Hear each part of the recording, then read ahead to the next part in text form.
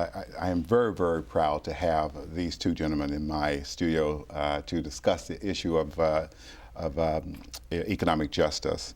We're going to deal with terms and definitions, and I wanted to offer one from a scholar. It says that the ultimate purpose of all virtue is to elevate the dignity and sovereignty of the human person. That is the definition that we're going to kind of work with this evening.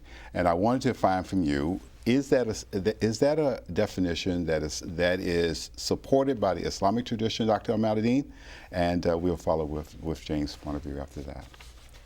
Yes, I think that that definition is quite useful in talking about the concept of justice in Islam, and then we can go on to apply it to economic issues in our discussion today. Mm-hmm.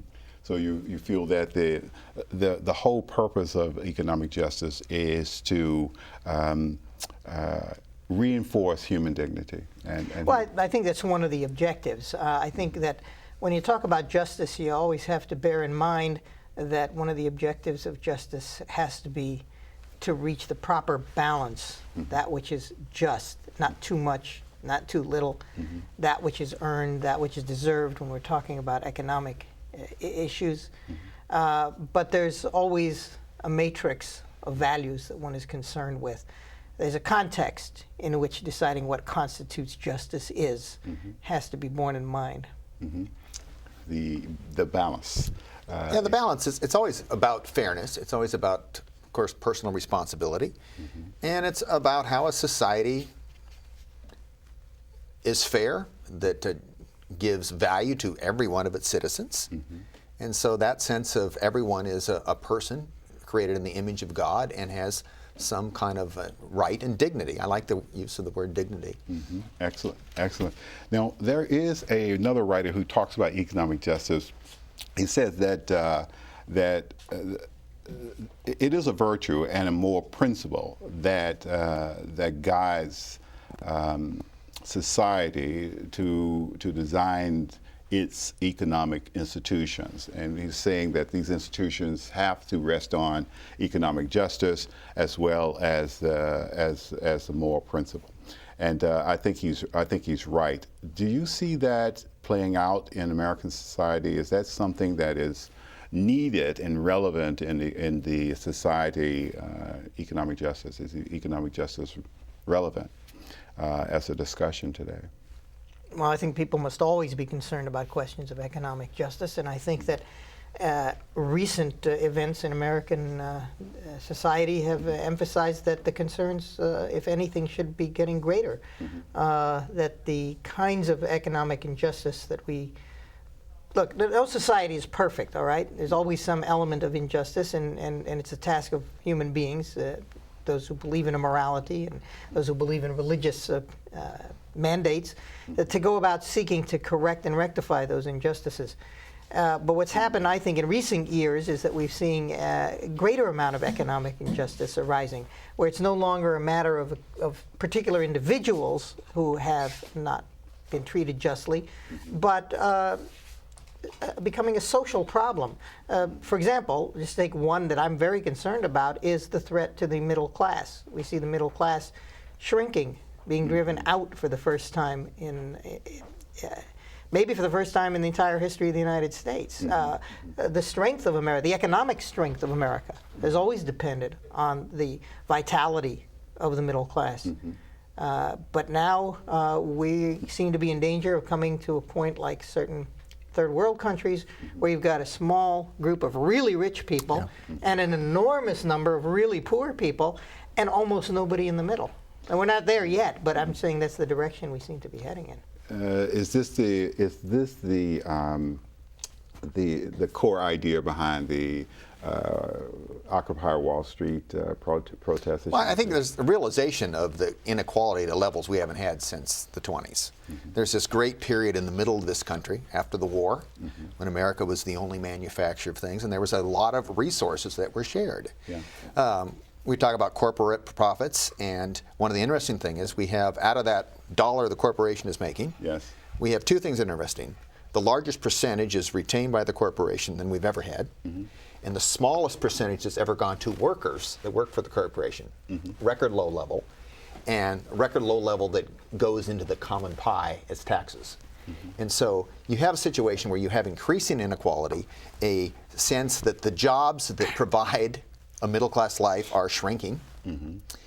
And what do you do with an increasing? Henry Ford paid a certain wage because somebody had to buy his car. Right, right. And so prosperity is always shared. And when that is kind of lost, what does that do to a society that you can't have the dignity of work, being able to provide for your family? And that is increasingly not only in a reality, but there's that greater fear that it's going away. Yes. So what does God say about equality?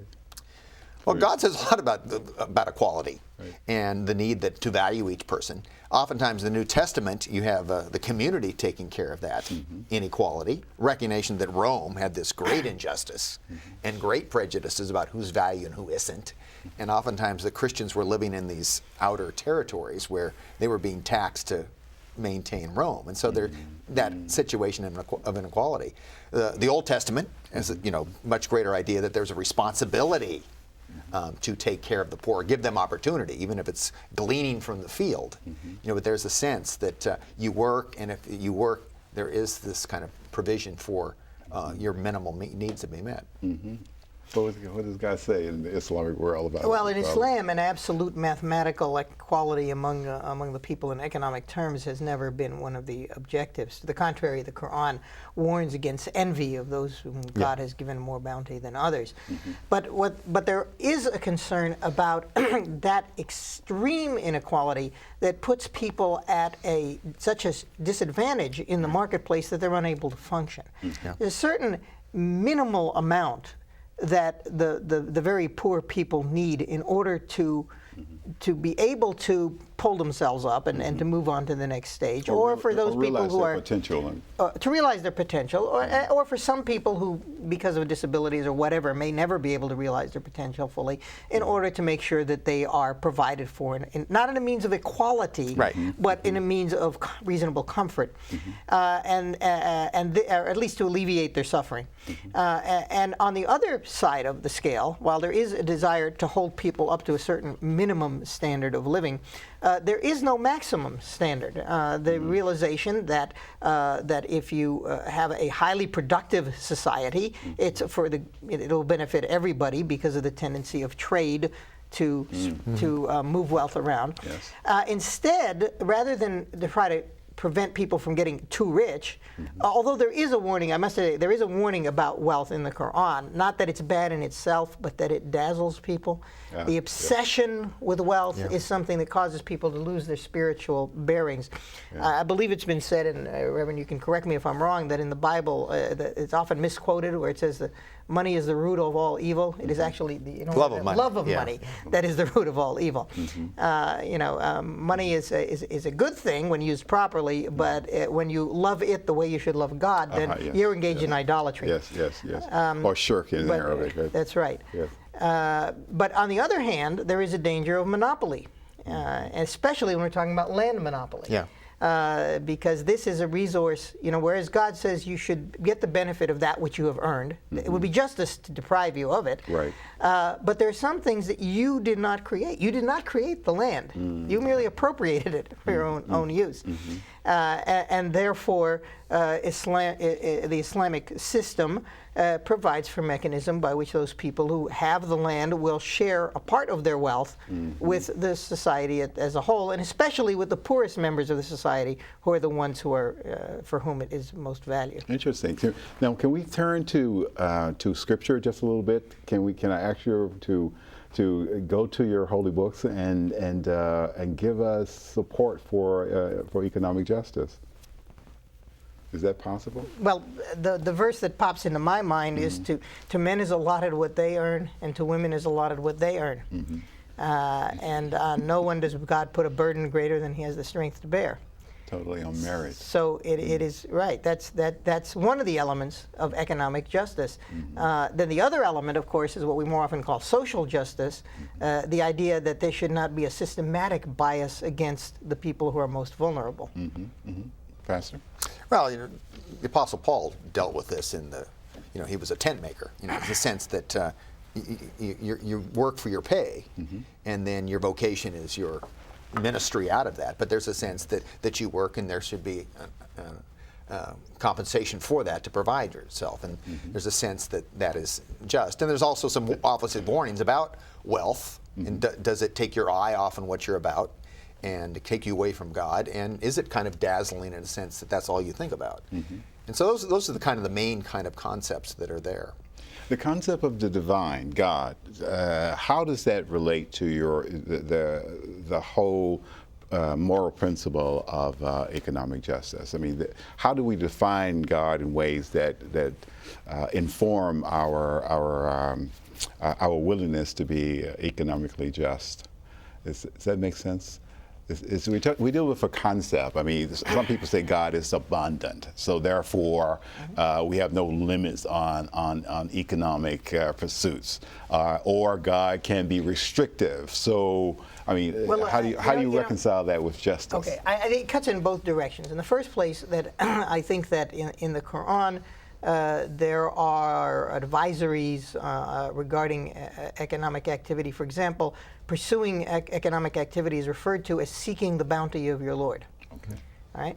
So that, for example, when on Fridays, which is the day of congregational prayer for Muslims, it's not a Sabbath. It does not say don't work on Fridays. Right. It says when the time for prayer comes, drop your work. Yeah. And go to the prayers, and when the prayer is over, then seek the bounty of your Lord through the land. So again, so that it's a knowledge that all the wealth ultimately comes from God. Now, on the other hand, the seeking of spiritual good is referred to in the Quran in the same terms that sound almost like you're talking about economics. For example, the believer makes a contract with God. The doing of good is an investment on which you will reap a large profit, and so on. Yes. The covenant with God is essentially. Yeah, even the doing of charity, is a form of investment. Yeah. It is that the one who gives in charity is like the farmer who has planted a seed of corn that gives a birth to a stalk, and on the stalk are 7 ears, and each ear is 100 grains. Right, investments. That's interesting. So how does that play out in the Christian world? Well, the Christian world, there's a sense that the Lord gives us gifts, the parable of talents, and which God expects you to put those talents to creative and abundant purposes. Okay. And to some, there's more talents and opportunities given, but this whole thing that you're supposed to invest yourself, and there's a sense of there is this abundance that's done.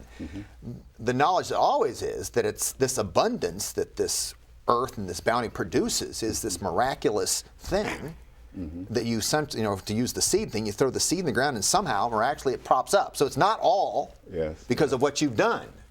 And that's part of the arguments out there, that society creates some kind of abundance. It's not all yours. And what is that opportunity? Because it's not all yours, there's some type of a public claim on those goods. And there's always that argument. Okay, let's not get thinking that you're so hot because you've been given opportunities or you've been giving monopolies. And there is always this kind of thing that has to be kept in balance. There's intention. But there's a sense that there is this abundant world and there's enough for everyone. And so productivity and using those resources to create wealth and resources is a good thing. I quite agree with the position, and I think that I wish that more members of our society, including the candidates for office, would realize more of that, the philosophy.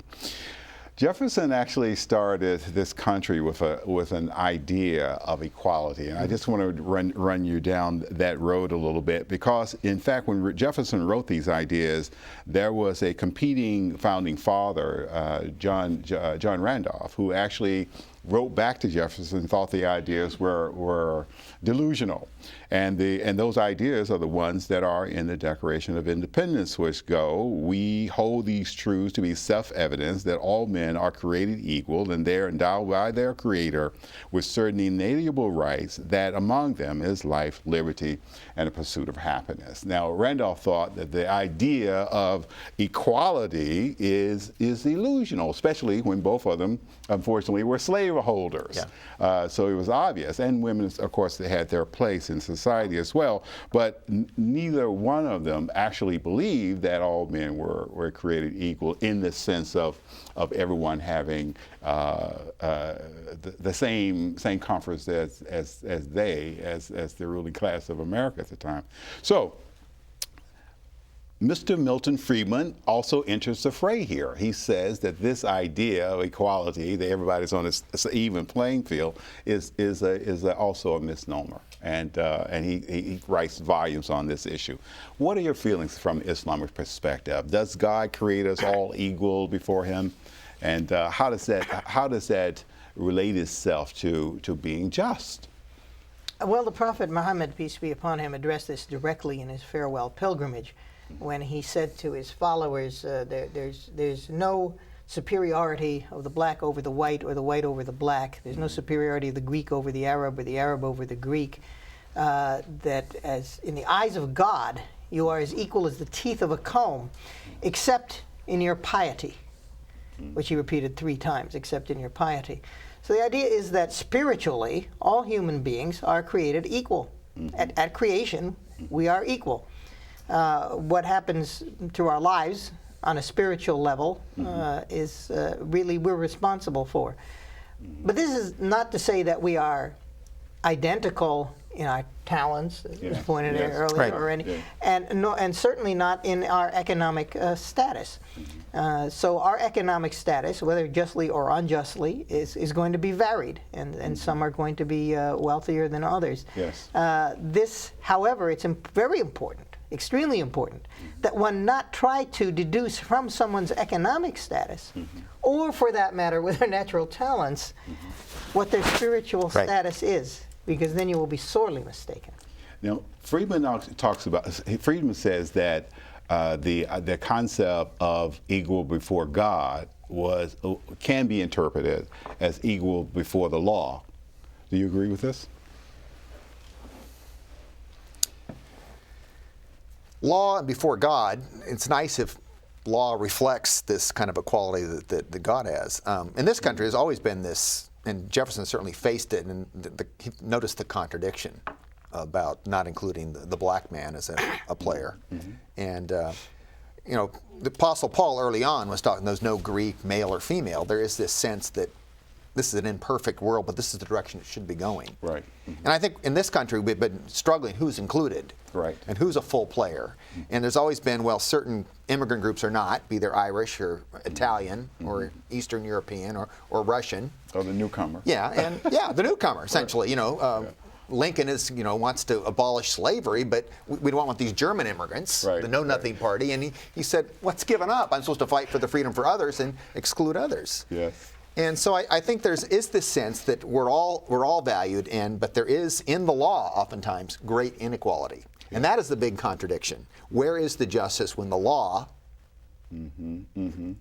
runs counter this idea that everybody should have equal opportunity and is equally valued? But I think that this concept that this spiritual equality implies and necessitates a legal equality is absolutely clear. If you look at Jefferson's correspondence with a professor who wrote to Jefferson contesting Jefferson's belief that that in some respects the black man was not equal to the white, not spiritually, but he believed in certain abilities. Abilities. And this professor said he denied this, that he said it was just their their captivity and their historical experience rather than something innate in themselves. And Jefferson responded with a very interesting response. He said, I hope you're right. Nothing would please me more. Right. But my point is that question is beside the point. They are entitled to equality before the law, whether it's true or not. I agree. I have to absolutely agree with that, because I think the Quran gives us that position, even without the law. This tension of inequality is a very interesting idea, because it seems to be a condition, a human condition that has been on this planet since recorded history. There were pharaohs ruling masses, and the wealthy kings throughout Europe have ruled masses, and they demand the utility of human beings, for thousands of years. With this tension being a natural condition, where is the equality that God gives us? And just kind of restate your positions, actually. Where is the equality that God gives us, when there's a natural condition that's created where human beings are innately unequal? That's the word I want to use. Well, aren't they created innately equal? Right. The systems sometimes deny equality to people. Right. And that's where the law and this image of God and equality, all people are equal before God. And that's always been the great tension. But there's always been that voice to include and listen to this oppressed group. And from the story of Pharaoh, we're going to give you a new land and where you're not embodied. And we give the 10 Commandments and we want a day of rest. So remember, when you were a slave, you didn't get rest. So when you're a landowner, an employer, you'll take a day off, and it's not for you. You need to worship God, but it's a day of rest for your people. There's a sense of equality. Let's not let the conditions of inequality that we suffered under, when we are the oppressor, the dominant class, let's not impose that injustice on the others. And there's always that prophetic voice, recognition that is those tendencies of inequality and to take advantage and by labeling someone, as Jefferson thought, that isn't really equal. Interesting. I remember in your comments, James, it reminds me of a discussion I had with an Islamic scholar that said God created humanity for only one purpose, and that is to serve Him. Right. So any condition that would prevent a person to put anything between God and himself and his abilities and his potential is destructive. It is destructive. Yes. Would you agree?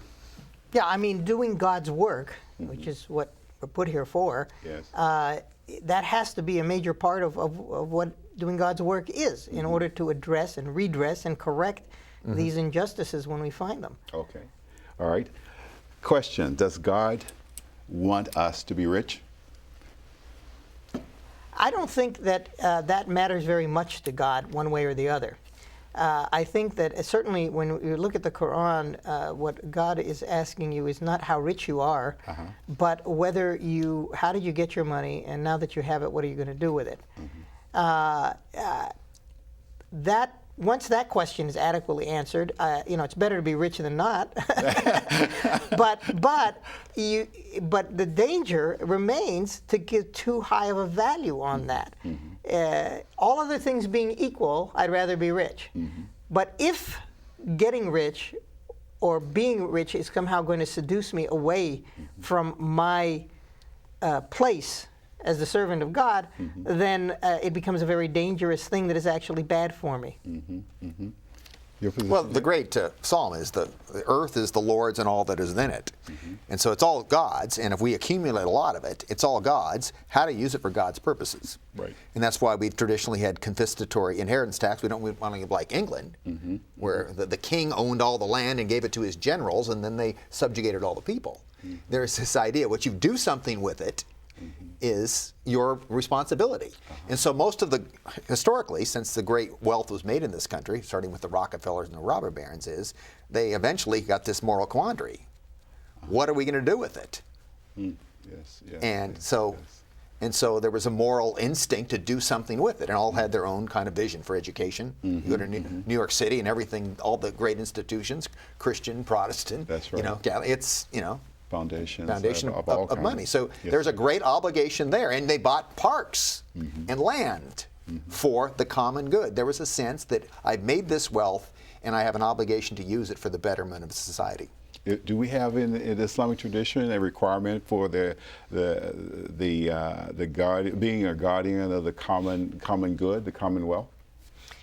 Well, we have a hadith saying a tradition attributed to Prophet Muhammad, peace be upon him, that when he said about the doing of good deeds, he said that normally the doing of good deeds and the accruing of credit in the book for what you have done ends with your death. But he gave 3 exceptions, and he said one was if you write a book that continues to give people knowledge after you have died, if you plant a tree that continues to give people shade and fruit after you have died, or if you raise a pious child who prays for you after you have died. And this hadith was understood not in the narrow sense that, well, here are 3 things you can do to continue to get credits after you die, but rather in the broader abstract sense, continue to do something good after you died. And thus Muslims who had wealth would create foundations in order to continue to do good works long after they were dead. Hospitals, colleges, universities, clinics, even roads, bridges, dams, irrigation projects, things that would go on and continue to benefit society long after they had passed away. And this is an example of how belief in God can be a driving force for people to use their wealth in a way that otherwise might not occur to them. Quick analysis. We have 2 minutes left in our program. Is there a moral, ethical requirement to work in our tradition, in the faith traditions? James, go ahead. I think there's a moral obligation to work. Okay. Apostle Paul doing this work, and he was living off some of the offerings of the people from Philippi in particular. They were a wealthy community, but he was a tent maker. He said, I work for my living. You know, I'm not here to be a predatory user of your resources, working God. It says, you have a need to work for your keep. And you deserve a fair wage for that.